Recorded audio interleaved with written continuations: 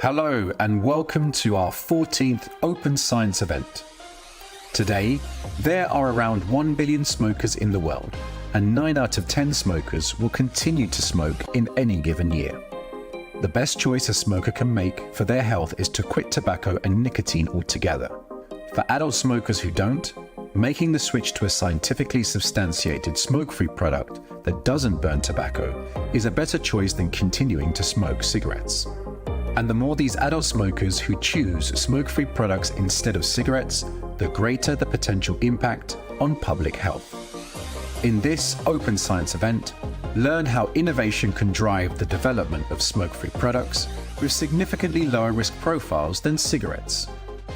Don't miss the chance to engage in a lively discussion about the future of smoke-free products. Our expert panelists will discuss the innovation and evolution of our smoke-free products with our tobacco heating system as an example. They'll explain the difference between the tobacco heating system, a heated tobacco product which relies on ceramic blade heating technology, and the next generation of our tobacco heating system which employs an inductive heating element. They'll also show how the evidence we've gathered on both products is comparable across the range of different studies we conduct, including among our clinical studies. This session will be moderated by former journalist Sukhi Hayer, who will be speaking with our expert panelists, who include Carrie Wade, Head of Scientific Engagement, Thomas McGrath, Global Head of Scientific and Medical Affairs, Strategic Operations and Excellence, Christelle Haziza, Global Head Scientific and Medical Affairs. During this event, you can submit your questions via the chat box on the Open Science platform or through LinkedIn. We hope you enjoy another lively conversation. Welcome to Open Science.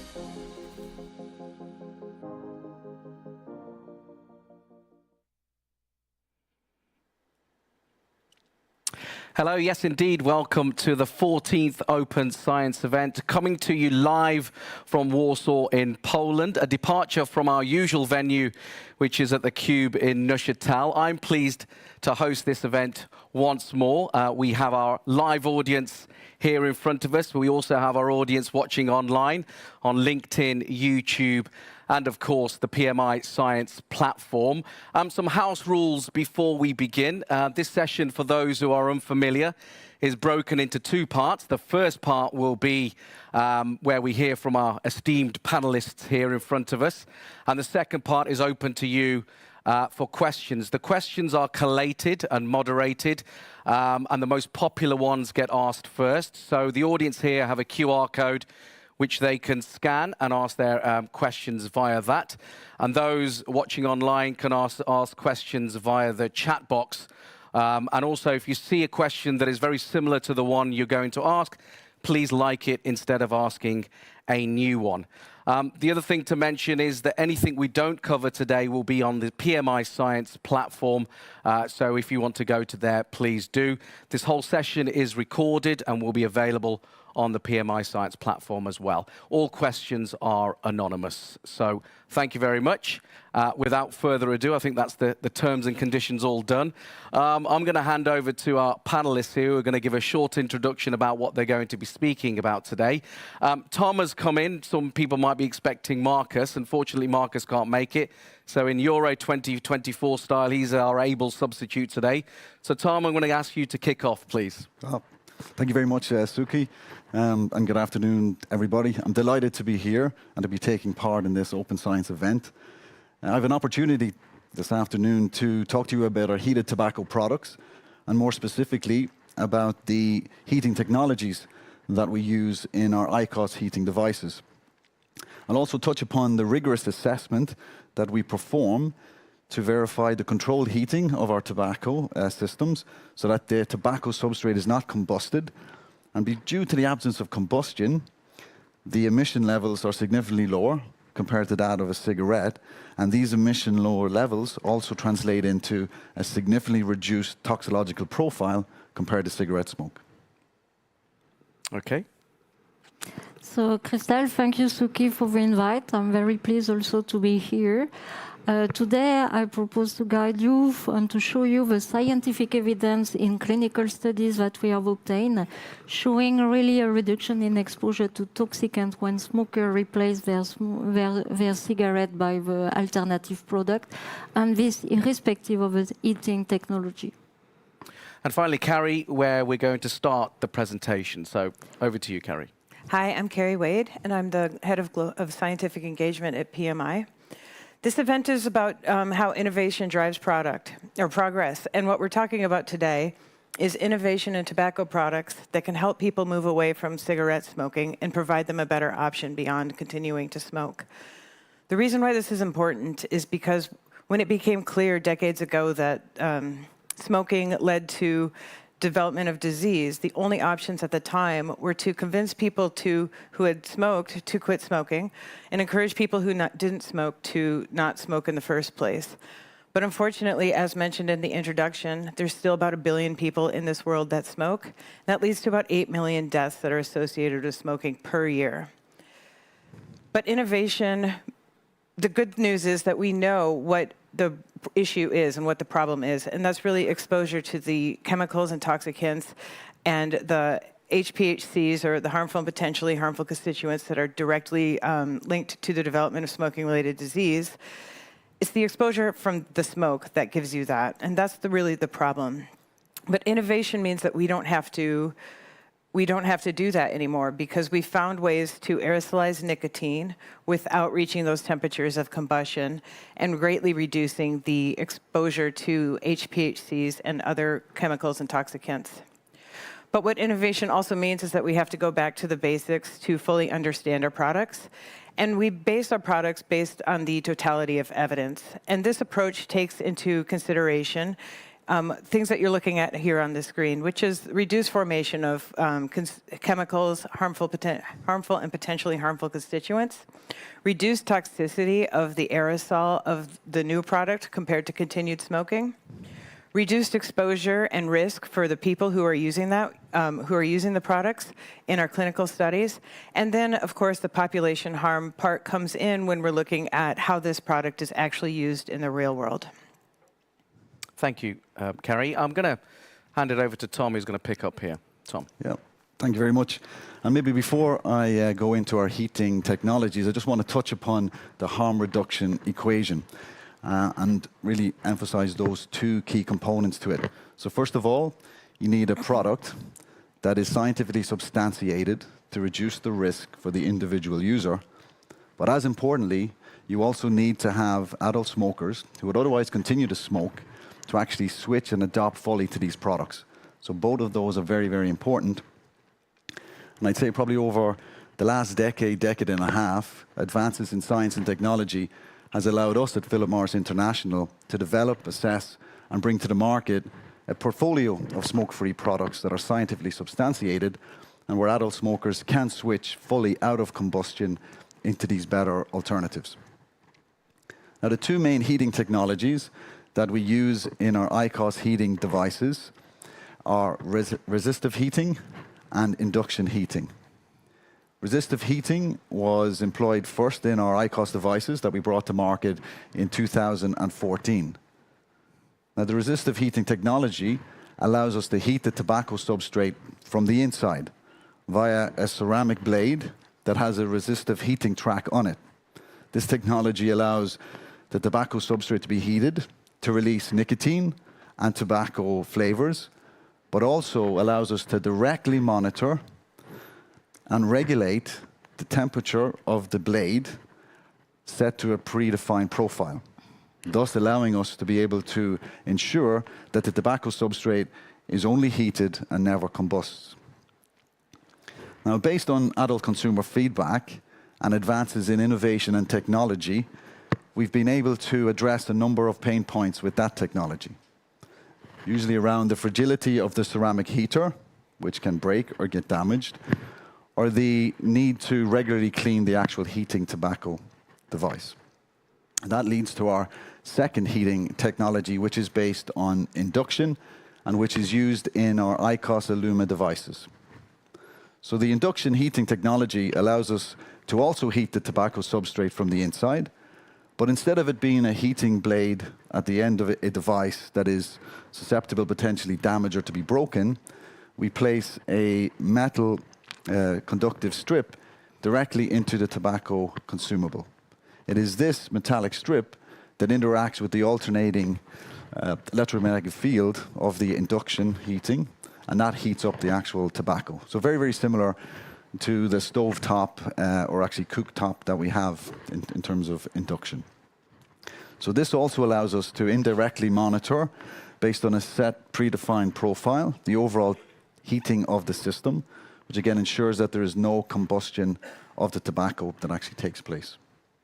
And both of these technologies that we have allow us to heat in a very controlled way, where we can then ensure that based on the use of that product, the tobacco substrate will never go into combustion.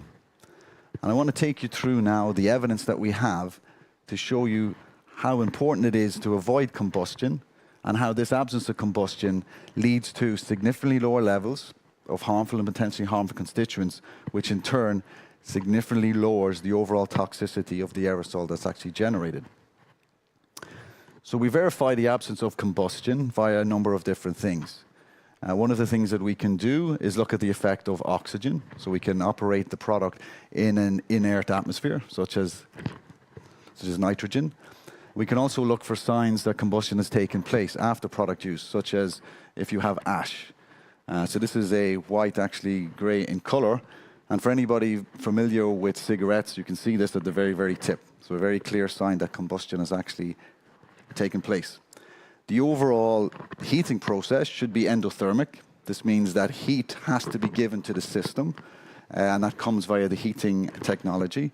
And there is no heat generated via combustion of tobacco, which would be an exothermic or heat-releasing reaction, which is what you have when you light the tobacco in a cigarette. So because we don't have combustion, the aerosol that's generated is not smoke. To generate the aerosol, we add glycerol to the tobacco substrate, and based on the heating technology, this evaporates to generate an aerosol that is liquid-based. The big difference between this type of technology and heating tobacco without burning is that you have liquid droplets form without the billions of carbonaceous solid particles that arise when you light the tobacco at the end of an actual cigarette. So a massive difference there. The absence of combustion then leads to the reduction, significant reduction in the levels of harmful or potentially harmful constituents. And based on a targeted aerosol analysis of compounds that are recognized by the health authorities, we see on average a 90 to 95% reduction in the level of these HPHCs. And if we take that a step further, because of these significant lower levels of toxicants, we have a significantly lower level in the overall toxicity of the aerosol that's generated compared to cigarette smoke. Based on our rigorous and very comprehensive in vitro analysis, we've shown that the cytotoxicity of the aerosol is 90% lower, that the genotoxicity is 95% lower, and that the aerosol is not mutagenic, which is in stark contrast to that of cigarette smoke. So to summarize these things, our heating technologies, whether it's resistive heating based or induction heating based, allow us to heat a tobacco substrate in a controlled manner where we can guarantee the absence of combustion, and that absence of combustion leads to significant lower levels of toxicants, which in turn lead to significantly lower toxicological profile of that aerosol compared to a cigarette. With that, I'll pass over to Christelle, who's going to talk you through what this significant reduction in emissions means in terms of exposure to the user. Thank you, Tom. It was very informative and excellent presentation. So I guess Tom has presented to you why the product is less harmful than cigarette from design point of view. But at the end of the day, we wanted to investigate a step further. What does it mean for the ultimate user? In that case, the smoker would otherwise continue smoking. So, and there are ways to do that. Let me explain the basic principle first. When a smoker inhales the smoke of cigarette or the aerosol, the toxicants which are present in the aerosol or in the smoke enter into the lung and then are distributed directly into the circulation, like blood or urine. So you can easily imagine and hypothesize that if you have a reduction of toxicant in the alternative product as compared to cigarette, you will always have less toxicant in the lung and less toxicant in the body fluid. And this is what we wanted to verify in smokers who would replace their cigarette by using the new product. And how to do that accurately and scientifically? It's very easy, in fact.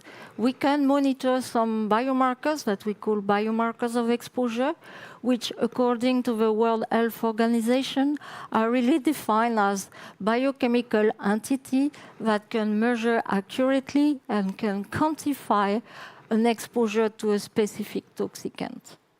If you measure one biomarker only, it's probably not sufficient to have a thorough understanding of what is the overall exposure of the body. And this is the reason why there is a need to measure a set of biomarkers, to have a broad understanding of what is the exposure to the body of a smoker who switched to this kind of product.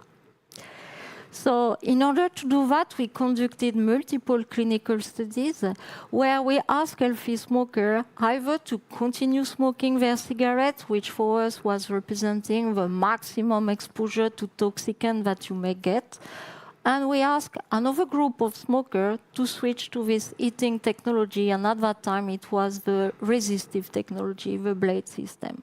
And this was the condition that we wanted to assess. To have another reference to understand what is the maximum of reduction of exposure that you could get, we had another group where we asked smokers to abstain from smoking for the same duration.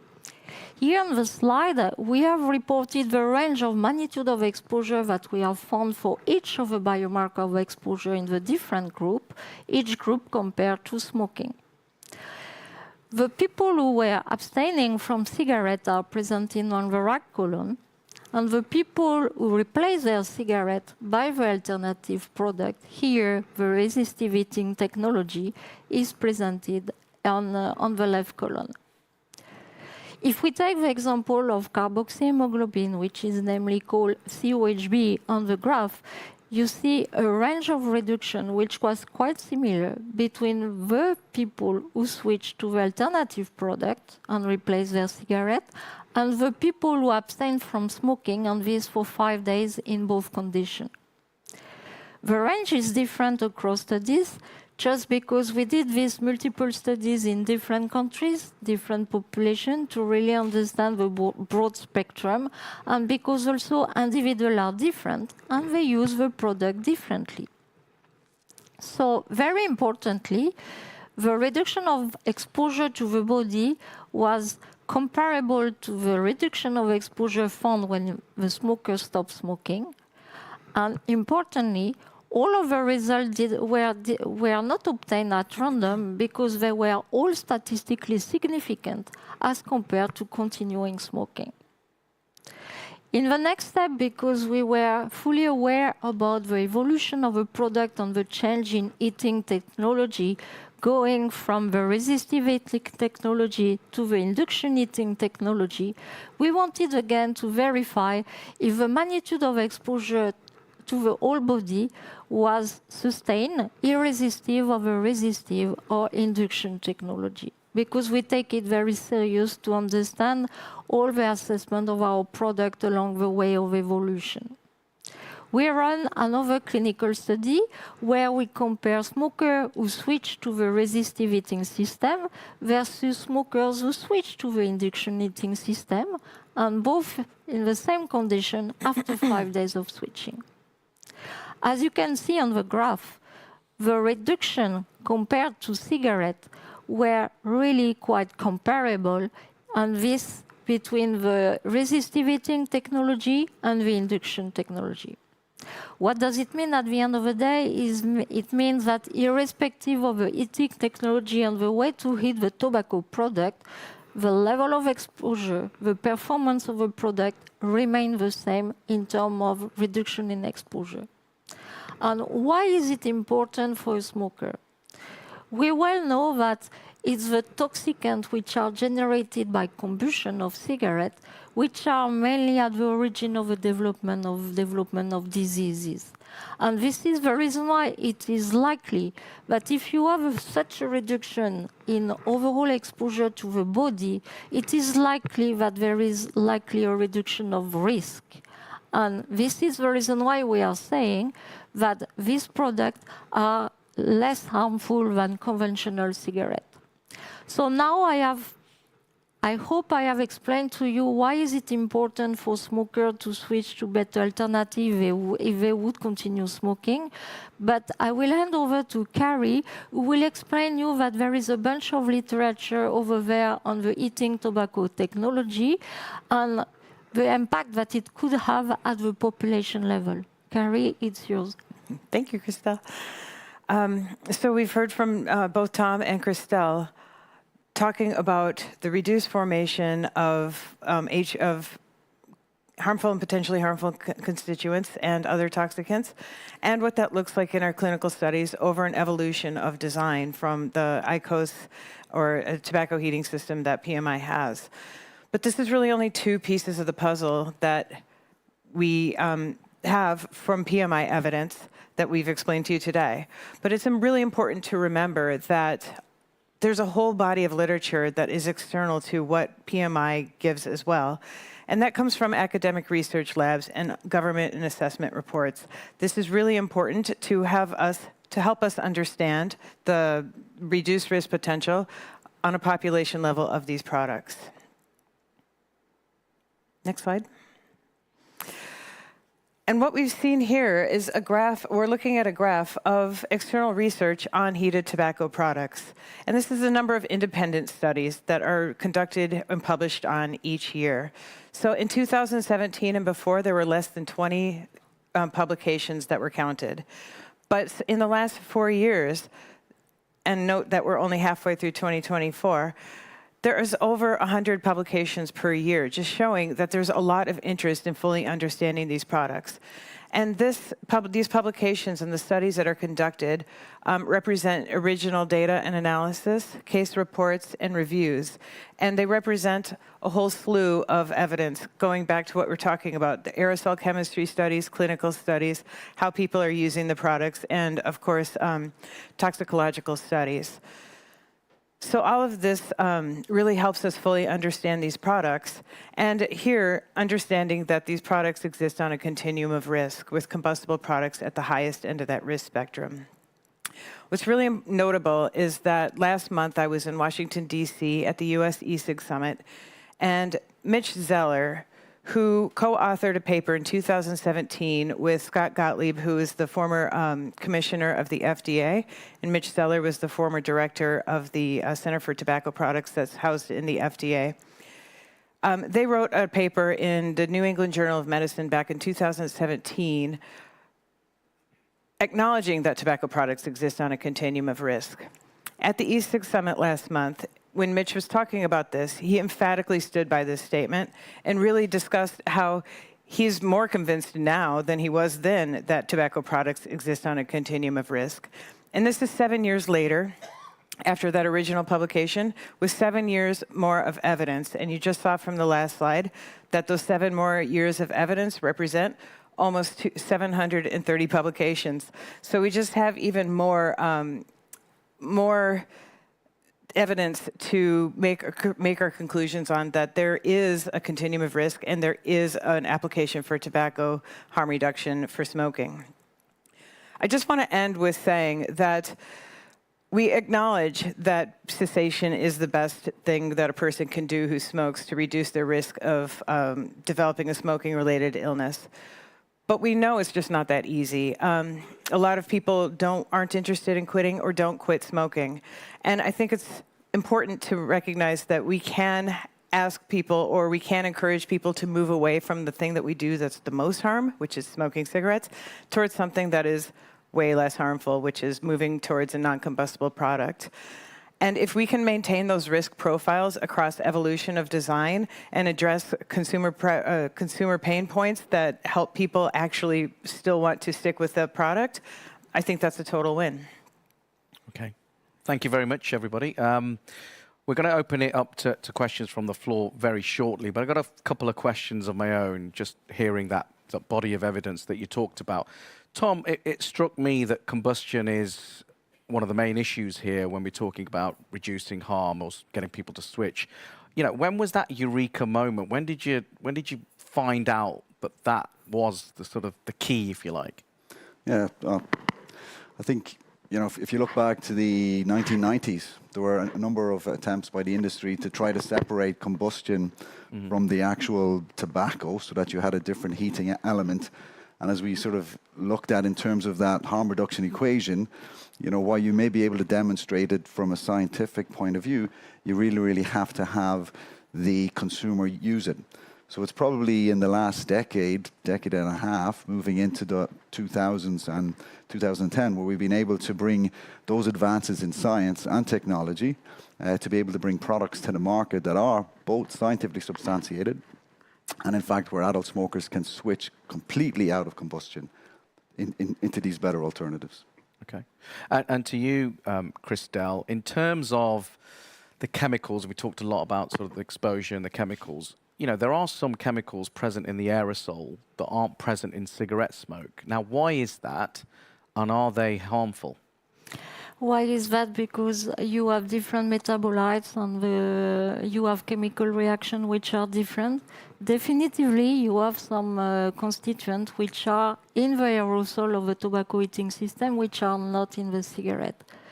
But for the sake of assessing what does it mean, we really did a full screening of aerosol to understand who are these chemicals, but not only who they are, but really to understand is there a toxicological concern. And all our toxicologists have assessed each chemical, and the final conclusion was really that there are no new hazards associated with this identified chemical in the aerosol. Okay, so they've been tested, you've looked at that? They have been tested and evaluated toxicologically. And Carrie, how can you, we talk a lot about, you know, harm reduction. How can you be so sure that switching will lead to harm reduction, switching from cigarettes to these other products? Well, what I'm absolutely sure of is that smoking is one of the most harmful things that you can do for your health. And we've identified why it's so harmful to your health, which is exposure to cigarette smoke and exposure to those chemicals. We've done a lot of toxicological assessments, clinical studies showing that the exposure is reduced. And so it can only lead me to believe that there is a harm reduction application for these products. Okay. Thank you very much. We're going to open this up to the audience, and I can see questions already flooding in. So we've had some questions from our online audience watching on YouTube, LinkedIn, and the PMI Science platform. I'm going to kick off with this question. It's got a lot of votes, a lot of likes. So do we have enough scientific data to assess long-term health effects of heat-not-burn products? I can probably open that to all of you. I can take it first, Sure. and then I will leave my colleagues answering. Definitively, there is never enough scientific data long-term to answer this kind of problem.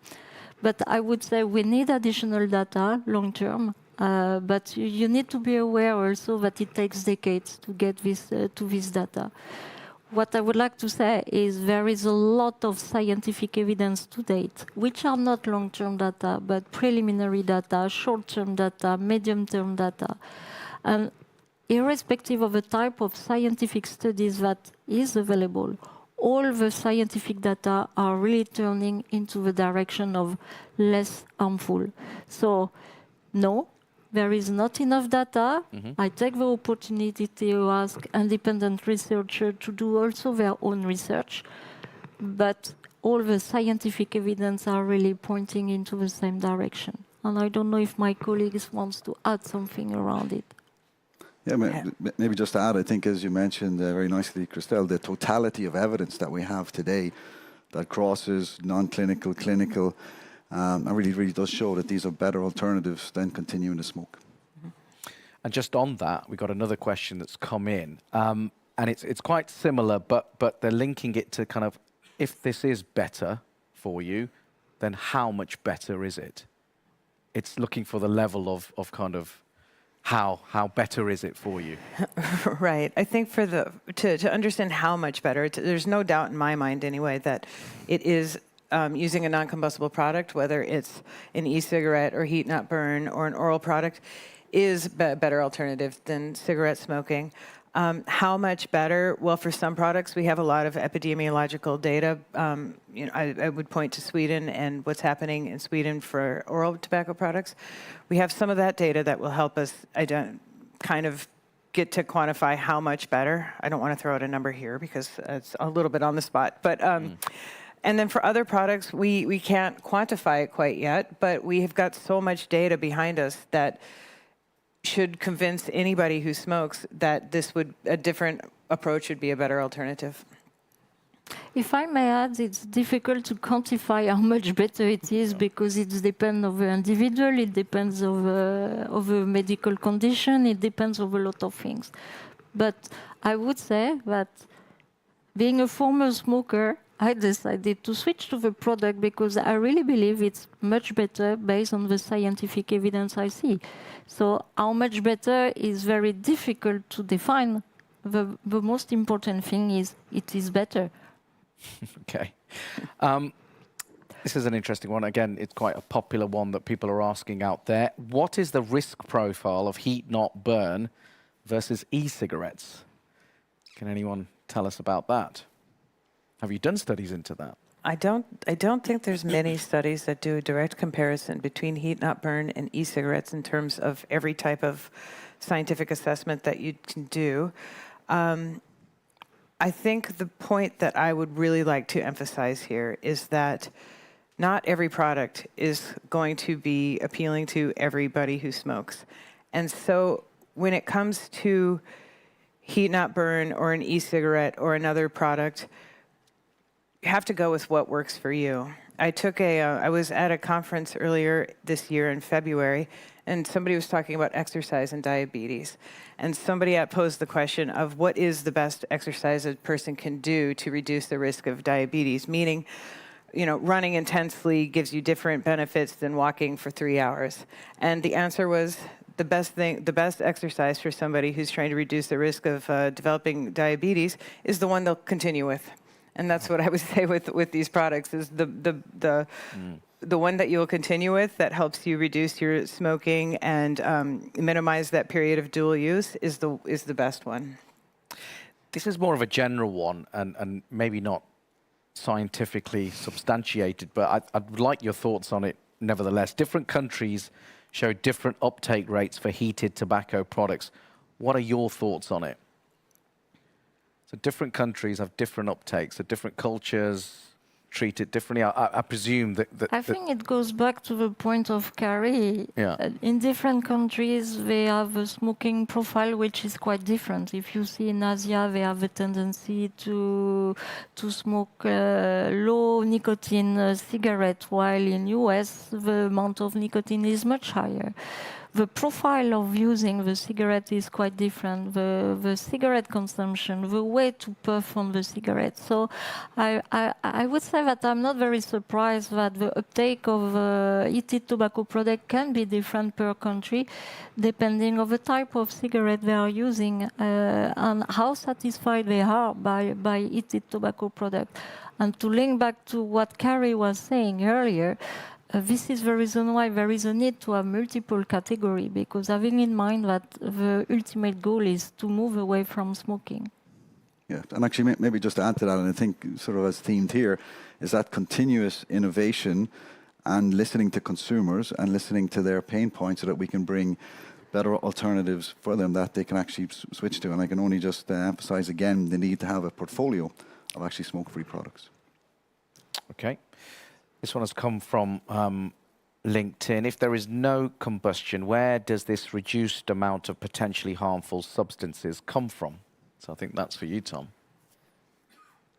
Could you read again? So where, as there's no... So if there is no combustion, where does this reduced amount of potentially harmful substances come from? I think what you're saying is combustion helps to reduce those substances. Yeah, so, yeah, exactly. So when you take a cigarette and you light it at the tip, you've got very, very high temperature. So just as it smolders in air, it's about 600 degrees Celsius, which is enough to break down all of the tobacco components to generate smoke and actually leave behind ash. And as we heat tobacco under controlled conditions, we totally eliminate those high temperatures, which then results in an aerosol that's significantly lower in terms of the toxin levels. And so, on average, depending on the number and list of HPHCs that you look at, these potentially harmful and potentially harmful constituents, we have this on average by 90 to 95%. Okay. Are there any independent studies which come to different conclusions regarding the harm reduction potential of HTPs? Absolutely. Yes, there are. Unfortunately, there's a lot of attention given to data that do not necessarily support ours. But when I see papers that or publications that come to a different conclusion, the first thing I look at is what the comparator is. And it's important. What PMI does and how we assess our products is based on complete switching from cigarettes to the other product. So we're looking at how far away from cigarettes the risk profile is compared to continued smoking of the new product. And we're also looking how close it is to complete cessation or abstinence. But what I see often is papers that really don't support our conclusions. Their comparator is simply abstinence or having never smoked in the first place. So that's one area that I always look at, and you see that a lot. When you consider the papers that might reach different conclusions, but you're looking at the data, you do start to see more evidence that supports elements of our research program. But do you have anything to add, Christelle? No, I can only agree with you, but it's the purpose of a science in a way, it's to investigate, but it's not because you do a study that the study is necessarily right in design. I'm not saying that when the outcome is different than us, it's because it's poor quality, but it happens. And it's not only in our field, it's everywhere for research. And I do the same as you, Carrie. I have a look at the design, which type of population, what are the limitations of the study, and then you apply a scientific judgment. But in any case, we are welcoming all the time new publication with huge interest, because it could be that we will find something else at one point of time, and it's very important to learn even more about the product. Okay, how do you approach product innovation to satisfy adult smokers' needs? Again, I think that's for you, Tom. Yeah, like I think as we have mentioned, you really need this portfolio of actual products. So smokers actually start smoking for different reasons. They could be taste, they could be ritual, and so they will move out of combustion for actually different reasons. That's why having heated tobacco products or e-vapors or actually nicotine pouches are very, very important. Okay. Just a reminder, you can send your questions in via the QR code and also those online via a chat box. The most popular questions get asked first. They're actually got votes attached to them. So just continuing, this one's quite a popular one. How do you approach product... Sorry, I think we've done that. How many subjects were involved in the clinical studies? This is an interesting one. That's an interesting one, and I would love to have my statistician colleagues here, because the answer, it depends. It depends what you are looking for and what is the variable you are looking for. You can imagine that when you expect a huge variation in one variable, you need less subjects. When you expect a tiny difference, you need more subjects, just to summarize. So in a nutshell, all our studies have been really what we call powered, so meaning to have the right number of participants to be able to confirm the conclusion of our studies. Okay. We have a lot of evidence about e-cigarette cessation potential, but do you investigate if heated tobacco products can help smokers to quit nicotine and tobacco products altogether? So talking about cessation here?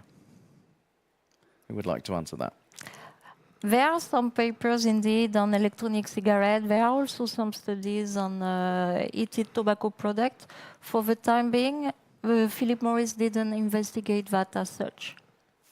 Maybe just to add, I think, the products that we have developed and brought to the market are for smokers. And they're there to help smokers switch out of combustion. And in fact, if they completely switch out of all tobacco and nicotine use, that's the best thing, as actually mentioned. The best thing smokers can do is quit. And if they can't quit and they want to continue to use tobacco and nicotine, then as mentioned, science and technology allows us to bring those alternatives to them. But eventually, the best solution is to come out of tobacco and actually nicotine use altogether. Okay. Are vaping devices, nicotine pouches, and heated tobacco products addictive? Nicotine is definitely addictive, and that's what keeps people smoking. And so to deliver the proper amount of nicotine that helps people switch is an important consideration when developing new products. Based on that, I would say that for sure, vaping products, nicotine products, other nicotine products, and heated tobacco products definitely have the potential to be addictive. But we also must remember that there's a lot of different components of smoking a cigarette, the ritual, the taste, the other things that also might contribute to addiction. And what we need to know is gather more evidence on just what that difference is between cigarettes and these new products. But nicotine is addictive, full stop. So, yeah. Okay. How do you define smoker in your trial population? This has come from LinkedIn. Interesting discussion. So epidemiologically, a smoker is defined as having smoked in his lifetime 100 cigarettes. You can understand that we are using a different definition in our clinical studies. So first of all, we are very serious about ethical principle. So we will always include in our study healthy smokers, healthy smokers who are not willing to quit smoking. And are accepting to continue to another nicotine-containing product. On top of that, we offer them each time smoking cessation services and advice to make sure that they are not willing to quit smoking. In addition, we make sure that they smoke at least 10 cigarettes a day. But again, it depends on the type of study. But when we talk about the exposure study, of course, we have this kind of consideration. And of course, depending on the study design, the need of a study design, you have eligibility criteria which can be requested more. As an example, from an ethical point of view, we will never enroll a pregnant woman as an example, or woman of childbearing potential as an example. But again, depending on the study design. Okay, and I think this one, again, is for you, Christelle. How do flavors affect the composition of the aerosol? Do they have any impact on the composition of the aerosol? The composition of aerosol in a smoker who use it? Again, you have seen, I guess, Tom has explained that there is a reduction in emission to toxicant at the aerosol level. And if you have less toxicant in the aerosol that we inhale in the lung, you have less exposure to the body. So I think it's very logical. And I can even pursue further saying that this reduction of exposure, we have seen that it translates also into favorable impact on different pathways. Okay. In terms of reduced risk, I assume all nicotine delivery systems operating in the absence of combustion are better than conventional cigarettes, but which one is best? So we're asking for which one is the top here? Which one is the best? I would like to go back to my previous statement of the best one is the one people will switch completely to. Sure. So it's a bit of individual preference because not all people like the same product. But in terms of a toxicological profile, there are papers that have and reviews and research that has been done to evaluate those products. And I believe it's cessation is the best. Mm-hmm.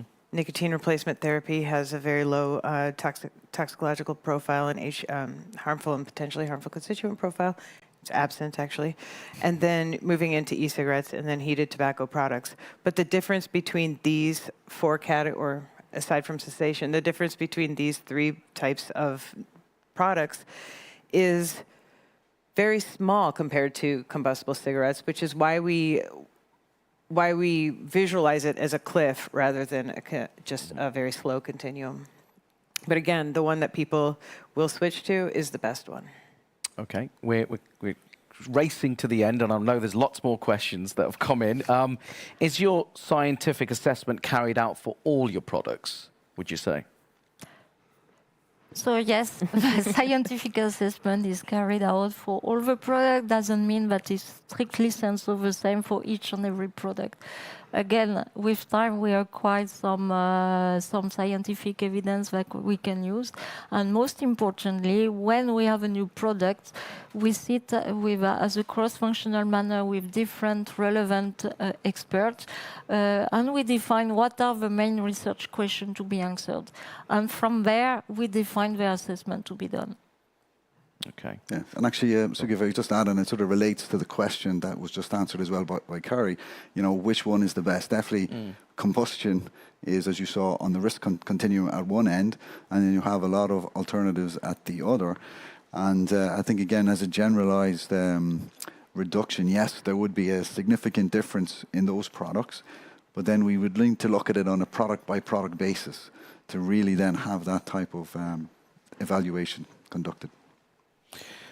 This is an interesting one because there's a lot in this camp who oppose tobacco. And what would you say to those anti-tobacco harm reduction supporters? What would you say to them who believe that tobacco shouldn't be used in harm reduction? For me, I would say it's fine to disagree. All it's human right and it's part of a scientific debate.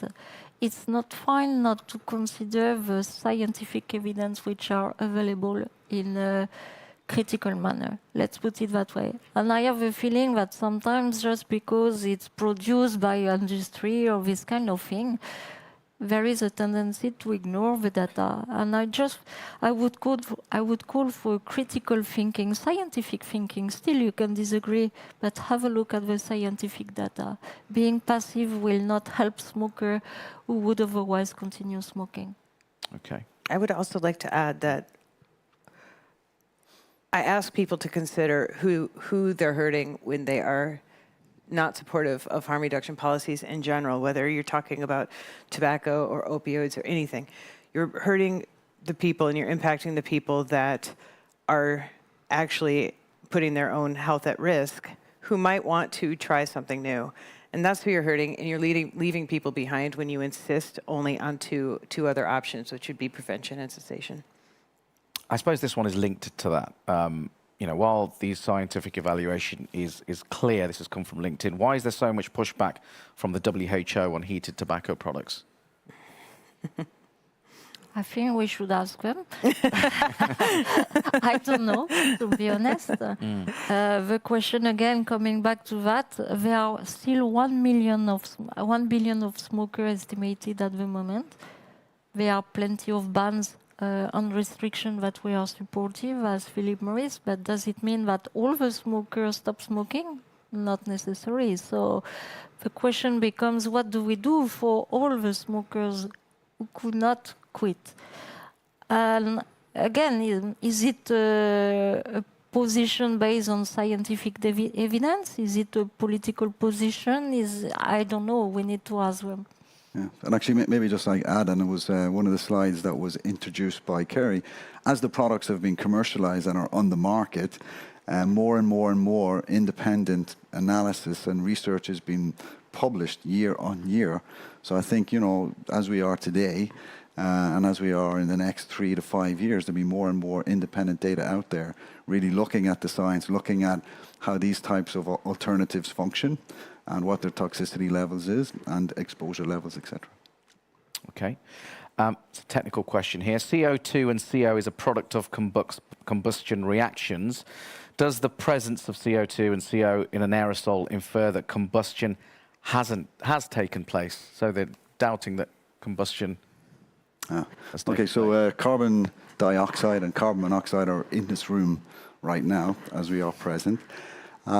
Their presence in an aerosol doesn't indicate. And the reason I say that is that biomass, and tobacco is a biomass plant, has a lot of components in it, that's cellulosic based, that if you heat them to temperatures even as low as 180 to 200 degrees C, so way below combustion, you'll start to generate CO2 and CO. So the presence of it there doesn't indicate that combustion has occurred. Now we do know that when you have combustion versus when you heat tobacco, there's a significant difference in the overall levels. And as introduced in one of the slides from Chris, you know, the CO, so the carbon monoxide level in the aerosol is about 99% lower. You know, cigarette smoke versus the actual heated tobacco aerosol. And again, just on that, the IQOS sticks look smaller than a cigarette. What makes you think that a cigarette is a meaningful comparison to draw the conclusion of 95% reduction? A user may need 2 sticks or more instead of smoking 1 single cigarette. If you want a detailed explanation to this question, I encourage you to go to the science lab at 11:30 tomorrow, where I will be talking about this. But a per stick comparison, or one heat stick to 1 cigarette comparison, is appropriate despite the difference in the tobacco weight. A heat stick does not need as much tobacco because there's nothing lost to side stream smoke, where when you light a cigarette, it continues to burn with or without a person inhaling it or puffing on it. So we have to keep in mind that the tobacco weight is not the important factor here. It's how people are actually using the product in the real world. So we have acute or single-use pharmacokinetic studies, which evaluate how people with the nicotine that's in the blood following use of the product, and those look very similar in on a stick-by-stick comparison in the clinical studies. Also, when we ask people to when people use the product for an extended amount of time, you see that the number of sticks per day between cigarette users and heat not burn product users and what they were using before and after does not change on a stick per day basis, indicating that there's generally not a needed compensation to get the same amount of nicotine. So it's based on the product use and the clinical studies that help us confirm that a per stick comparison is the appropriate one. That's a good plug for what you're doing Thank you. tomorrow. So, And actually, if I could just add to that one. So if we talk about heating technologies and you look at a cigarette, the tobacco has 2 roles. It's the source of nicotine and flavor, but it's also the heat source. So as Carrie very nicely mentioned, actually a consumer of a cigarette only takes about 1/3 or actually less of it. The other 2/3 are the heat source. So if you take that away, like we've done with our heating technologies, you don't need all of that. Many peer-reviewed scientific journals ban manuscripts supported by the tobacco industry. How does Philip Morris publish its research data? It takes time. Oh.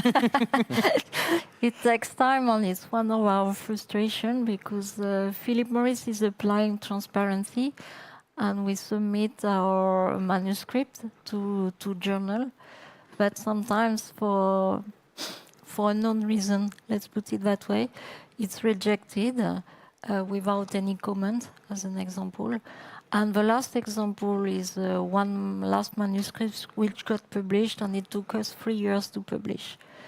It doesn't mean that the data are not available, at least when I speak about clinical study, because we disclose transparently all the clinical studies in terms of design and result on a repository platform. And this, it means that it's available, but not in an integrated manner in a manuscript. So it's very difficult for us to publish while Philip Morris is really willing to publish. Okay. Just time for a couple more questions. And those that haven't been answered today, you can view on pmiscience.com website. All the information is there for you to view, and maybe the answers, well, probably the answers will be in that on that website. So what is the nicotine content in the aerosol from IQOS? Is it similar to the one found in cigarette smoke? So the level of nicotine in cigarette is different from one cigarette to another one. So to answer strictly sensu the question, it depends really which cigarette we are comparing to. So the amount of nicotine in the IQOS tobacco stick can be either lower or higher. But at the end of the day, what is important to remember is that the smoker is able to adjust to the level of nicotine he gets. And we have done some pharmacokinetic studies. So what does it mean? It's really to evaluate the nicotine uptake after the single use of a tobacco stick, of a tobacco heating system or a cigarette. And it was really showing that the nicotine uptake, the maximum concentration of nicotine uptaken by the subject was quite comparable. So at the end of the day, it's not really a matter of nicotine content in the product, but it's about how much the user is extracting from it. Okay. Final question is probably a good one to end on, actually. If we follow the current path of prevention, the problem will go away one day. Why should we take the risk of introducing new products and potentially creating new users?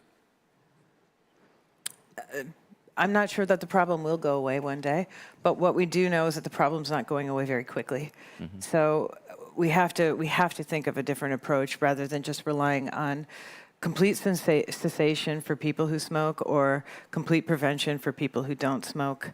The measures that are implemented to reduce the prevalence of smoking are working, but they're not working very quickly. And what we see is that in countries where people do use other products, there is a more rapid decline in cigarette smoking. Mm-hmm. Okay. Thank you. All right. Appreciate that. I just want to end by getting your final thoughts, really, because I think it's important to see where we're going on the journey here in terms of, this vision that you have for a smoke-free future. Tom, if I was to ask you, will there come a time when, these products will contain no harm? I mean, I think maybe I'm just leading into that very last question. So right now at the moment, we know that there are 1 billion smokers, and we know from World Health Organization estimates that this 1 billion smoker population will exist for some time in the future. We also know that science and technology have evolved over the last decade and will continue to evolve, where we can bring scientifically substantiated products that are better alternatives for smokers who today would otherwise continue to smoke. So for me, that's the real drive that we have. Okay. And Christelle, for you, you carry on working in this field, you carry on looking at the evidence. What further kind of evidence are you looking for? What further kind of research are you doing? So, as I mentioned earlier, and we have addressed earlier as a question, it's about trying to investigate long-term outcomes. I think our Chief Life Science Officer has disclosed that we are engaging and initiating studies long-term to really understand the health outcome and the impact on respiratory disease and cardiovascular disease. You may understand also that to initiate and to get the result of this study, it takes decades.